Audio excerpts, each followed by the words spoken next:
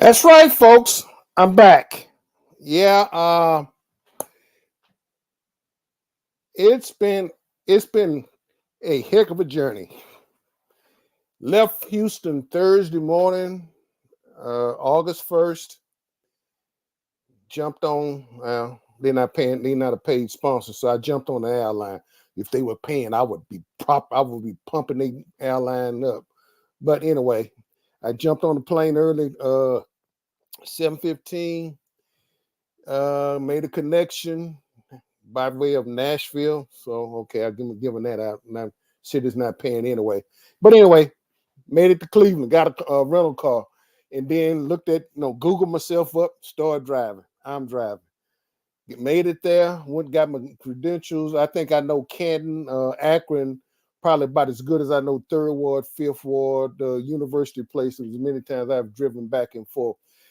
I had the esteemed privilege and pleasure of covering Andres Johnson enshrinement into the Pro Football Hall of Fame, the Houston Texans First Player to go to in that for that auspicious title and that event.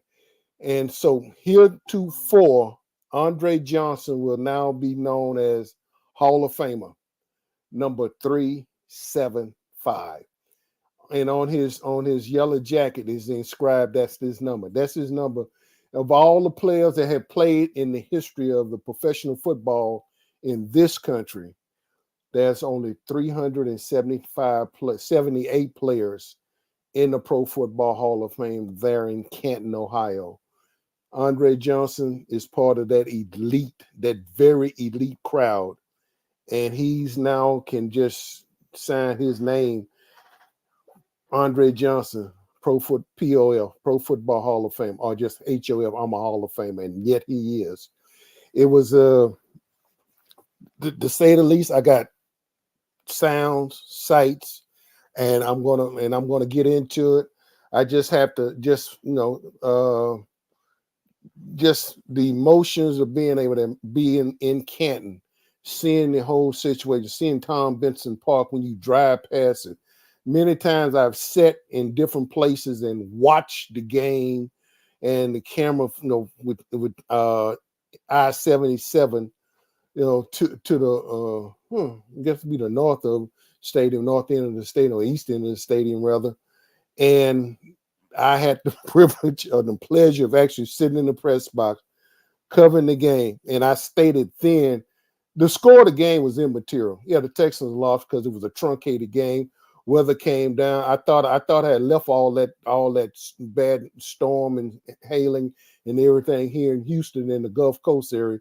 Little bit I know, and I'm sitting next to Jonathan, the Chronicle beat writer. We would have to be sitting there, and that was a fun experience sitting next to the beat writer and watching the game. And after halftime, we just sort of, because the Hall of Fame games, none of the starters were in there. I mean, no, CJ wasn't in there. Caleb Williams wasn't there. None of those folks. They were in street clothes. So I knew right then and there, and obviously that was the score was going to be indicative. In fact, the game in itself was who cares? Because it was players, as I tweeted out on one of my tweets, that this was going to be a situation that some guys got a chance to put some work on film that somebody else can have a look at down the line to see if they are worthy of being picked up. So hopefully those players made an impression. Went to the school, got the credentials. Let me say this now about the folks in Canton and the city of Canton and all around. That's their Super Bowl every year. And they put on a fantastic show. They put on one heck of a show. And the reason I know it's their Super Bowls, because when you're trying to find the price in the room, if you're in Canton, you better have your firstborn and a couple of the first and second born. I didn't opt to play that game. I opted to go live and stay in Canton because for the simple reason it's closer. When I had to get out early Sunday morning, I didn't want to have to drive almost 50 miles from Canton going back to Cleveland. So I opted to stay in Akron. And just quick stories. and I will be going back and forth. Needless to say, I got an outline, got a script how I want to, how I like to present this, but just to say for the game itself, the Texans are up in the Cleveland area practicing all week. Some folks may not necessarily agree with that. I think it's a good deal for the players to be away from here. It's in a cooler environment. They'll get a chance to get some good work in, good practice in, and then they'll play the Pittsburgh Steelers on Friday night. I've always, ever since the history of the inception of the Texans, they've always played and practiced here in Houston. And, most teams, I know the old Houston Oilers, which is Tennessee Titans, they've been to Huntsville, Kerrville, you name it. They've been all over the place when they go. The Cowboys still go to Thousand Oaks, California. So I think in itself, with the expectations that are out there as far as this iteration of the Houston Texans, I think it's a good thing for them just to get away, get out this heat, because it's hot down here. I think my car was going 100 and 102 today. So I think it's a good thing for them to be away, get away, and just really just that atmosphere that's going to be as a team dormitory living, however they're living, and just go practice. And I know several of my colleagues came in Monday through Cleveland, and I left Cleveland early Sunday morning. But let's get to the situation why I was there. Yes, the Texans, Andre Johnson, made it to the Hall of Fame. Unique experience. Andre and another classmate, there was another University of Miami player, Devin Hester, went into the Hall of Fame together. So you had there was several coincidences there. And just quickly, let me just run down the list of who all went into the Hall. Starting with Dwight Freeney. Randy Gradishaw was part of the class of 20. Devin Hester, what I'm about to him, and tell a quick story about Andre. Obviously, Andre Johnson, who is the Texans' first enshrinee. Steve McMichaels, Mongo, University of Texas, Chicago Bears. Devin Hester, Chicago Bears, and several other teams. But Steve McMichaels, and for those of y'all who didn't get a chance to see, Steve McMichaels is stricken with ALS now, and his wife Cindy was there to accept in his place. In fact, when he didn't see it, he was presented, and his teammates all were around him. So Mongo goes into the Hall of Fame. Then Julius Peppers, the Carolina Panthers, and last but not least, Patrick Willis went into the Hall of Fame. And here's the irony: there were a couple of first ballots on this deal. Patrick Willis, Julius Peppers. Patrick Willis only played 8 seasons, and he was out on injury. Julius Peppers played 17 seasons. He made it on the first ballot. Randy Gradishaw waited 35 years for the call for him to come to the Pro Football Hall of Fame. So it's and I know personally, I'm sort of doing some trying to urge some folks that I still think needs to be into the Pro Football Hall of Fame. Otis Taylor, currently here in Houston, should be in the Pro Football Hall of Fame. Lloyd Wells, I think, should have some strong consideration. His name's on there. And obviously, I'm biased in this presentation. I think John Wooten should have been in the Hall of Fame because for the contribution that man has made to the National Football League, he needs to be there. But I'm gonna get off that soapbox now, and let's get to the situation with Andre Johnson. Andre, and this is a question I had put toward Andre and Devin Hester about them both representing the University of Miami in that situation. So I'm gonna let you hear that, and then I'll come back with some hurricane.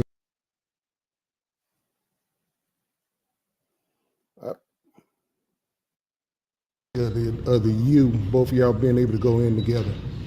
For me, this one, because me and Devin yesterday, I walked up to him and I said, man, I remember us first meeting each other, and did you ever think we'll be going in the Hall of Fame together? And he just laughed at it, but it's crazy how things work. For me and him to be going in together, man, it's a tremendous feeling. Super happy for him and his family. And I know he feels the same. He's totally the same. So it's just a great. We don't know the plan of life, man. Like, things happen for a reason, and never knew that at the time I met him at the UM that we'll be going to the Hall of Fame together. So it's a tremendous honor. Pretty much everything Andre said. The guys that's in the Hall of Fame that's part of the UM family, they brag. So we've been getting this all week, and I'm kind of in a situation where I hope the rest of the outside of the other Hall of Famers don't really build an animosity against us, because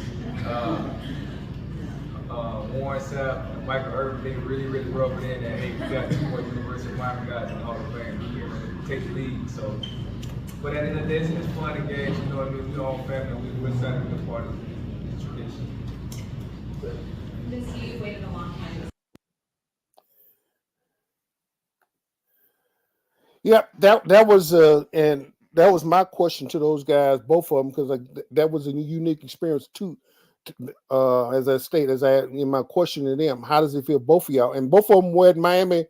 I don't think they graduated, but I know they both were at the U together.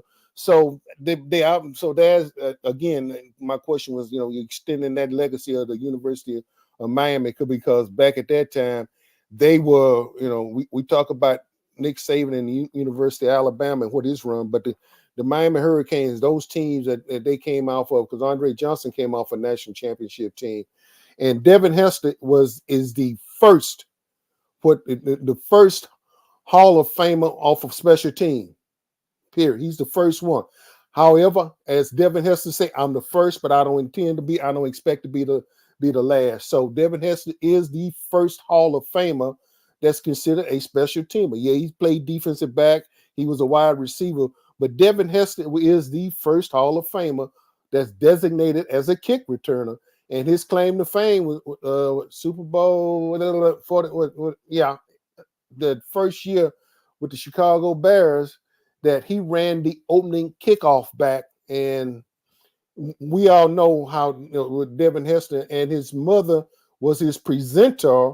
And it is amazing. It was interesting how they talked about, and part of Devin's in that particular presser, Devin talked about the dedication and what it takes for him to get there, and it got emotional for him, because, like he stated, I basically missed a lot of my kids, smaller kids, growing up because of football and what the total dedication it took for me. So that's a theme that you hear synonymous. And I know a lot of folks say, well, I got different jobs, yeah, and so forth. But yet these guys in the limelight, and I'm pretty sure there's a lot of us out there will go like, I'll trade my right arm for him right now.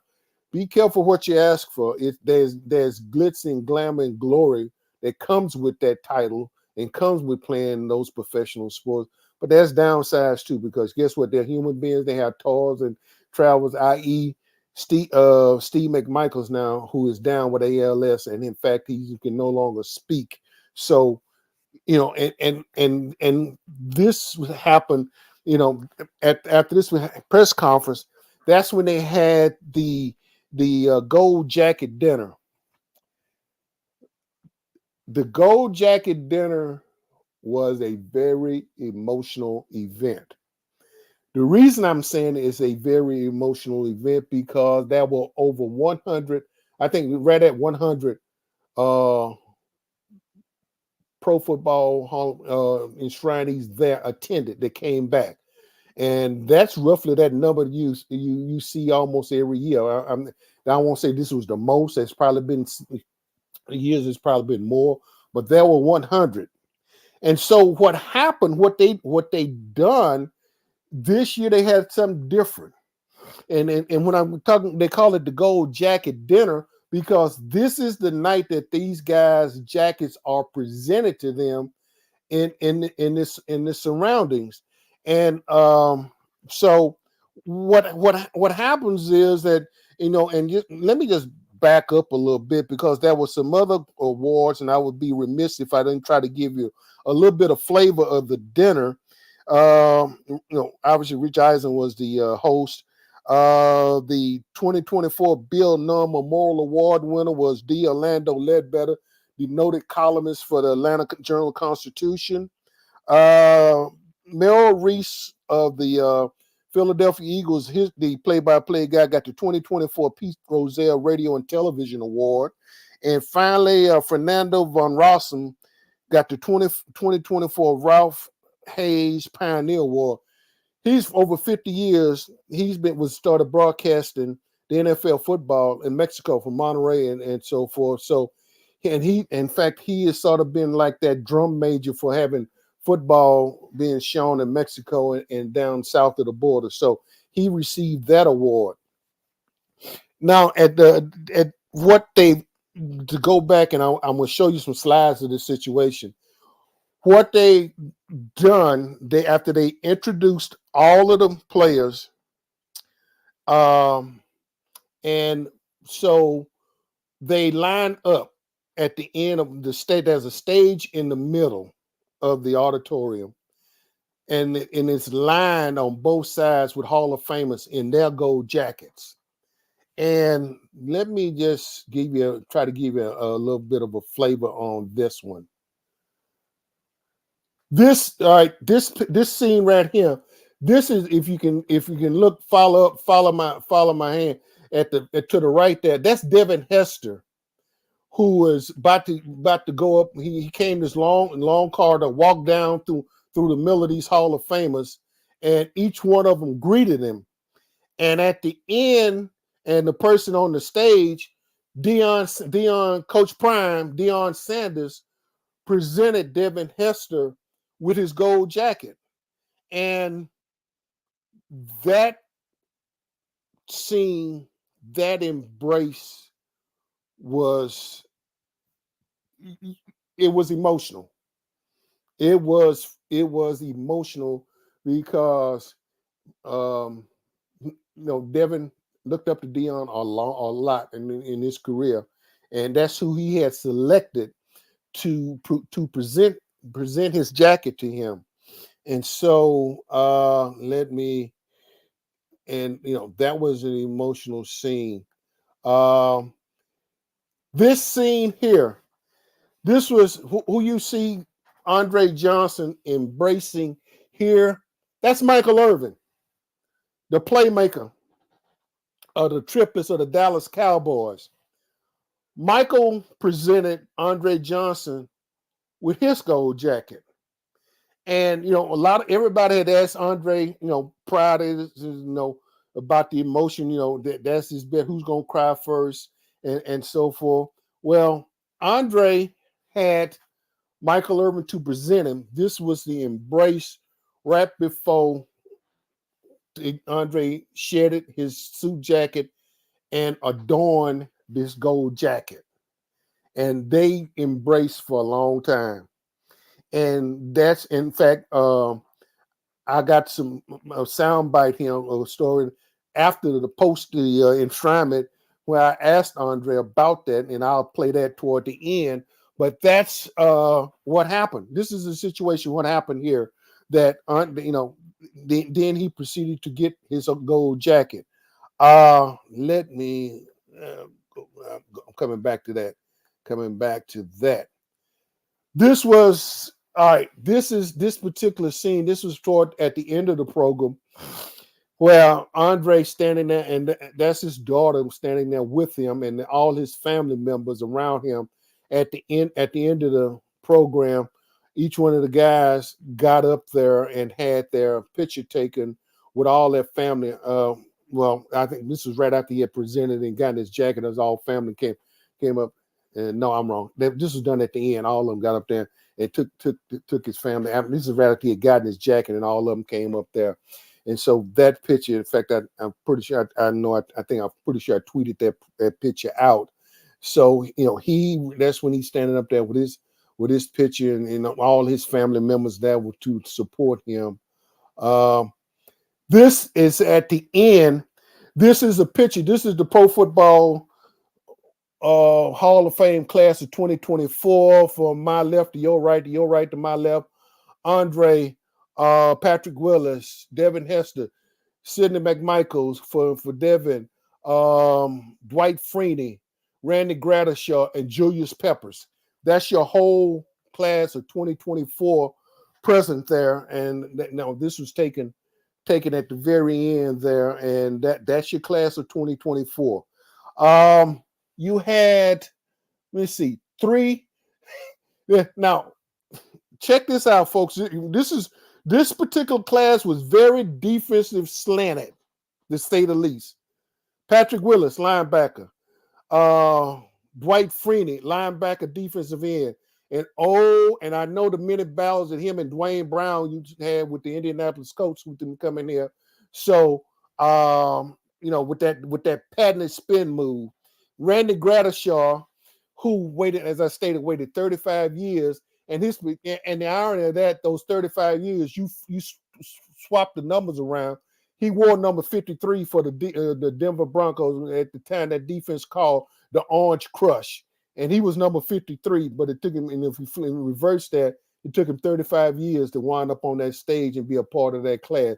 And then Julius Peppers, his first ballot Hall of Famer there at 17 years. 17 years. Julius Peppers there, and he was a first ballot. 2 first ballot Hall of Famers there. So it's I'm sort of going out on a limb now. I think I can pretty well. And this is no great shake. This is no great surprise. I have not stolen no national secrets, but obviously J.J. Watt will be the second Texan going into the Hall of Fame.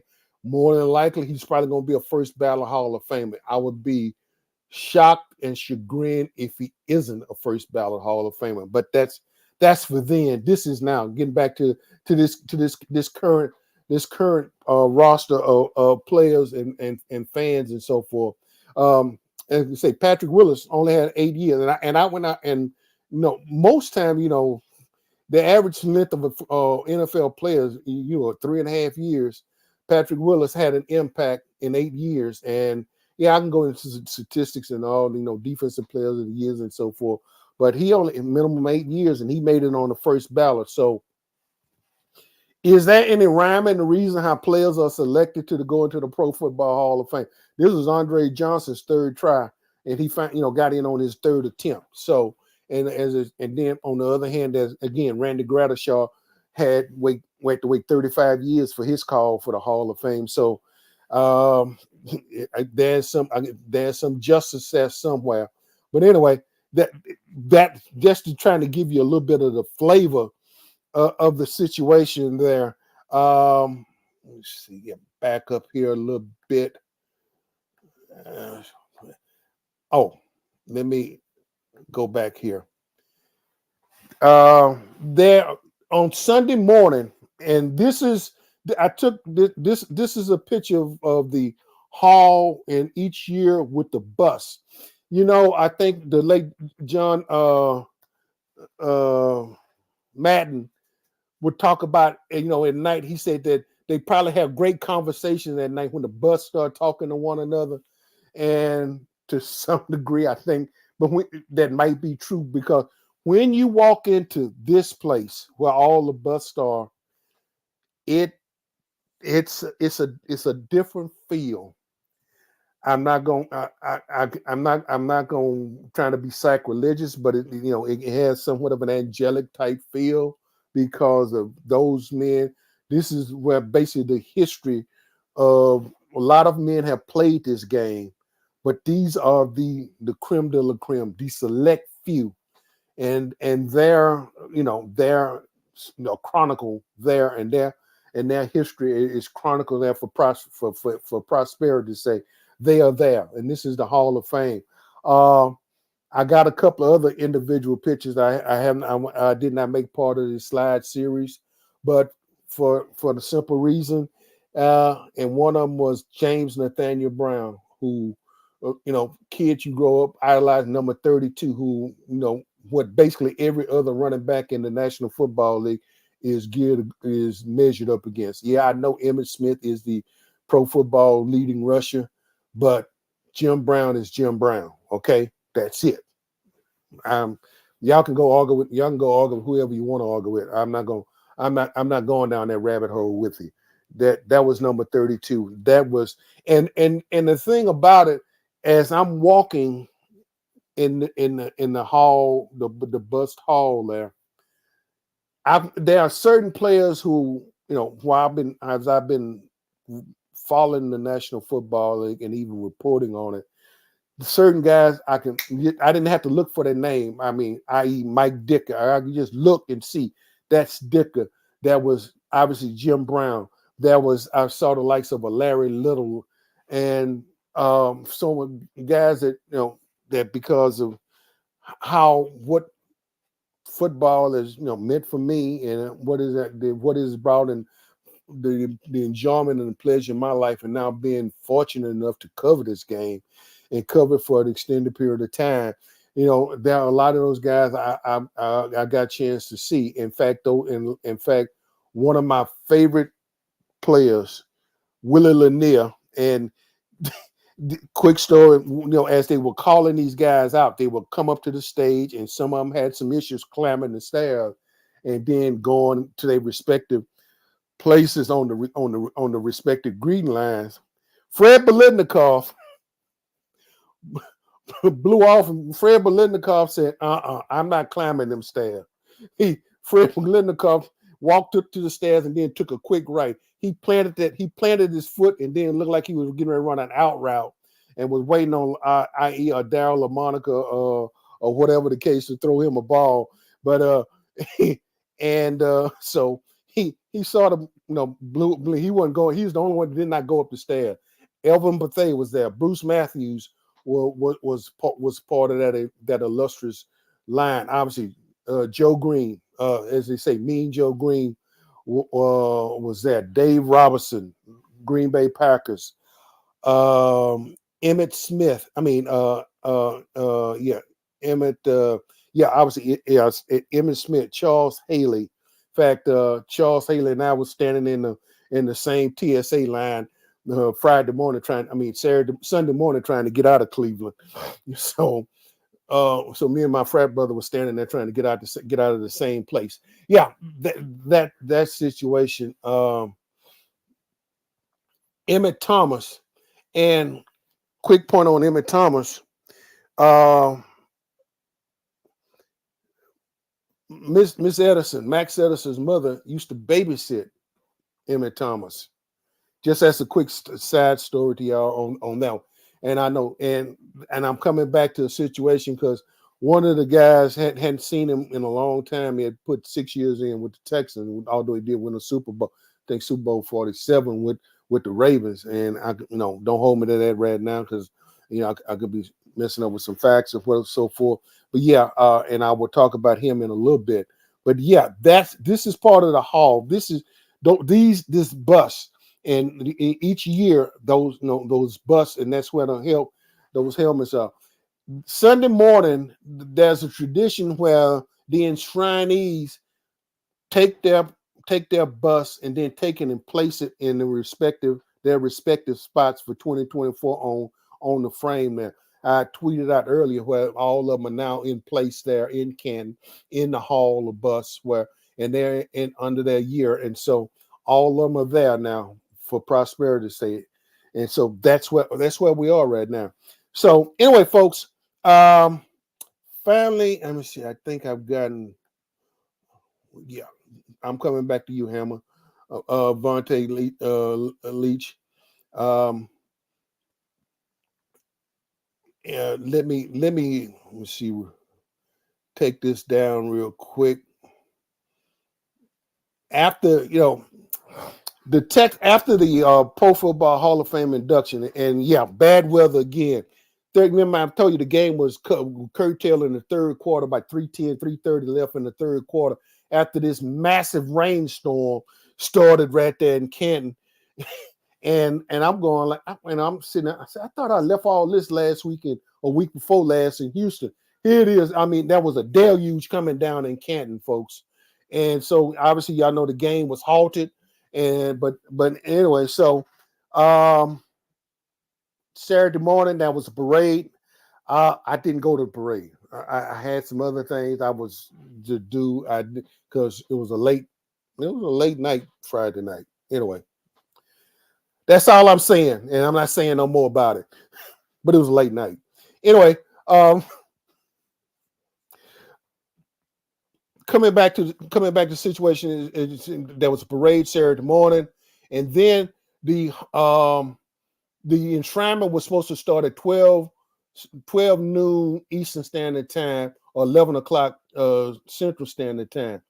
As I'm driving, I noticed, and when I woke up, when I got up in the morning, sun was out. Everything was nice. I'm going like, oh, great day. And toward probably around about the 9:30, 9:45, close to 10 o'clock, the clouds started looking dark and ominous. I'm getting in the vehicle, leaving Akron, and the closer I drive, the closer I'm getting. And all of a sudden, about 15 miles out from Canton, coming from Akron,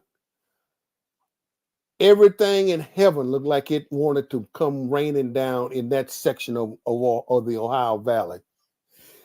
I was probably driving on a Interstate 77. Speed limit was 65. On the normal day, folks were driving 70, 75, or whatever. I was driving at top speed, 29 miles an hour, and the windshield wipers could not keep up. Flashes on, it was just that bad. And what probably would have took me a 30-minute trip took me almost an hour. And then when I finally got there, then that's when I got text messages. Everything's been postponed. And so eventually got to the fairground where they had us parking. They had shuttles carrying us over to the stadium. And we literally sat on the school bus. Yep, I got a chance to sit on the school bus like a little kid again and just sit there and swing my legs. We weren't throwing paper at one another. We didn't get in those squabbles. You know how they get into it on the school bus. But anyway, in fact, had to sit on the school bus. And eventually, they, after almost an hour, right at almost an hour sitting on the school bus, they finally cranked it up and said, okay, they finally was allowing us to come into the stadium. And when they came into the stadium, and that's when the situation got there. And then they got started late, I think right after 2 o'clock Central Standard Time, almost over 2+ hours late. They finally got started, got all the presentations done. And that was pretty much that was it. And if everybody, if you would go to my Twitter feed, AD_Moore64, I think with the exception of Dwight Freeney was the only one I was able to tweet out with their bust and with a little blurb about their something unique about their speech and everything, and how at least what I picked up out of their respective speeches and as I retweeted with the quotes from that speech. So you can go look at that under my on my X handle, Twitter handle. I don't know what Eli Musk want to call it. He hasn't paid me enough money yet to call it X yet. But anyway, he probably won't neither. But as the case stands, got chance. And then at the end of the program, there was the Texans had a post Hall of Fame meet with Andre, and just a ton of of the prior Texans, you name it. Rick Smith was there, Fred Waring there. Man, there was I started calling guys. Travis Johnson was there. Obviously, I started calling guys' names off, and there was a lot of the old Texans that was there to greet. Obviously, Gary Kubiak was there. I had a chance to talk to Gary Kubiak for a quick second.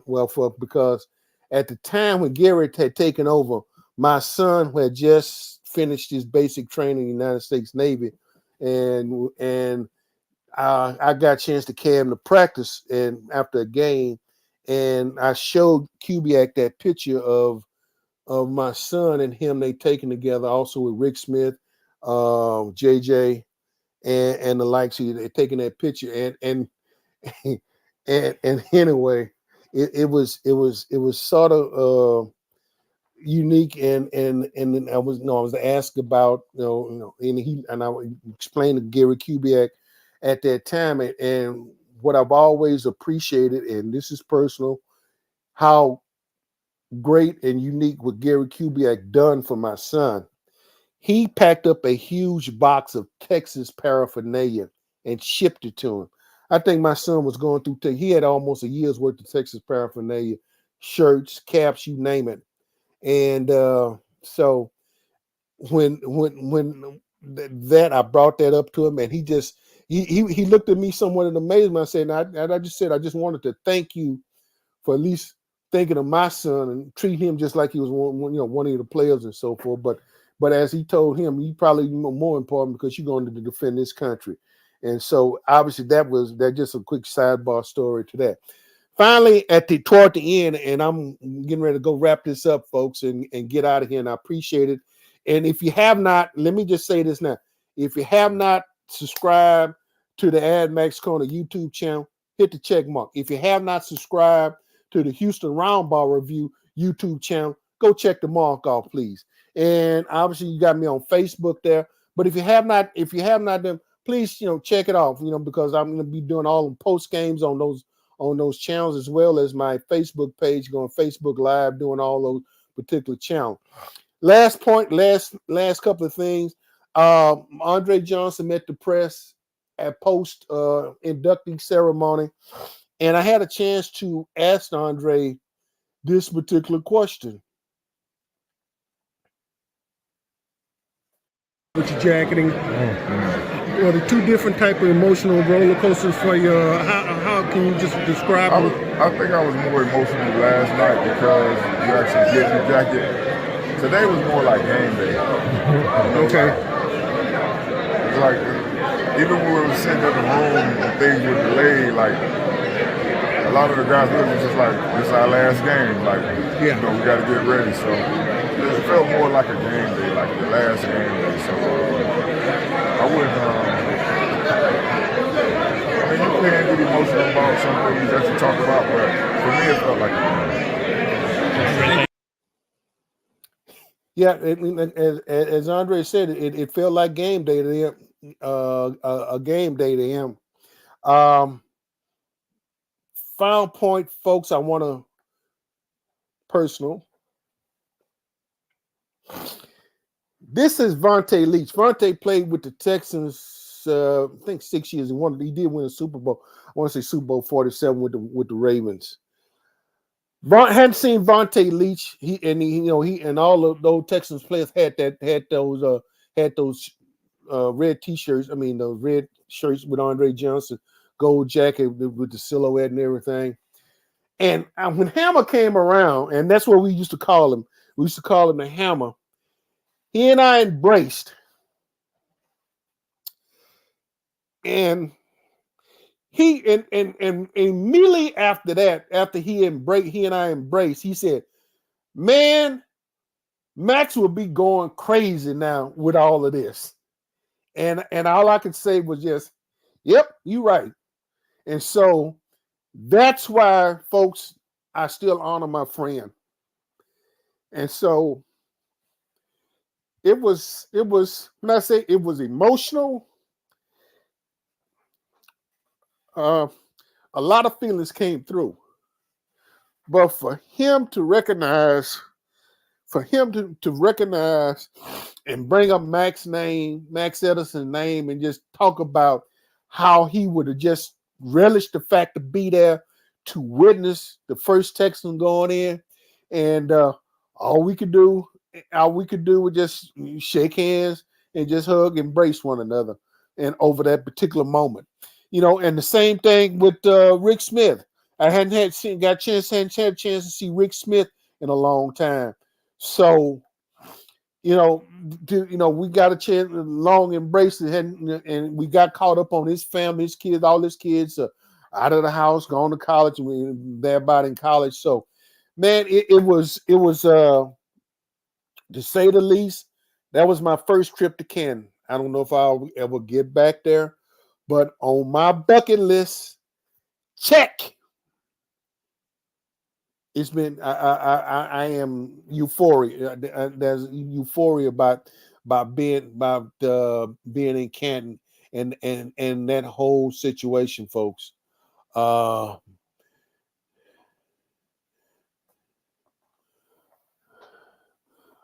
let's see. CA37 said, and how this to compare venues, and so how did it compare? Nope. I mean, from a Hall of Fame perspective, no. The Black College Hall of Fame is there. I got chance that's within the Pro Football Hall of Fame. In fact, they are building. I think they're building a bigger wing added on to that. But I got chance within that sphere. But CA37, no. But this particular event, I watched it a lot of time on TV. But to be present and and understand now, I've been around long enough. I've been around with the history of the Houston Oilers. You have Evan Bethea, Mike Munchak, Bruce Matthews, Robert Bazile, Warren Moon. That had been the Hall of Famers as far as the Houston Oilers is concerned. The Houston Oilers history is with the Tennessee Titans now.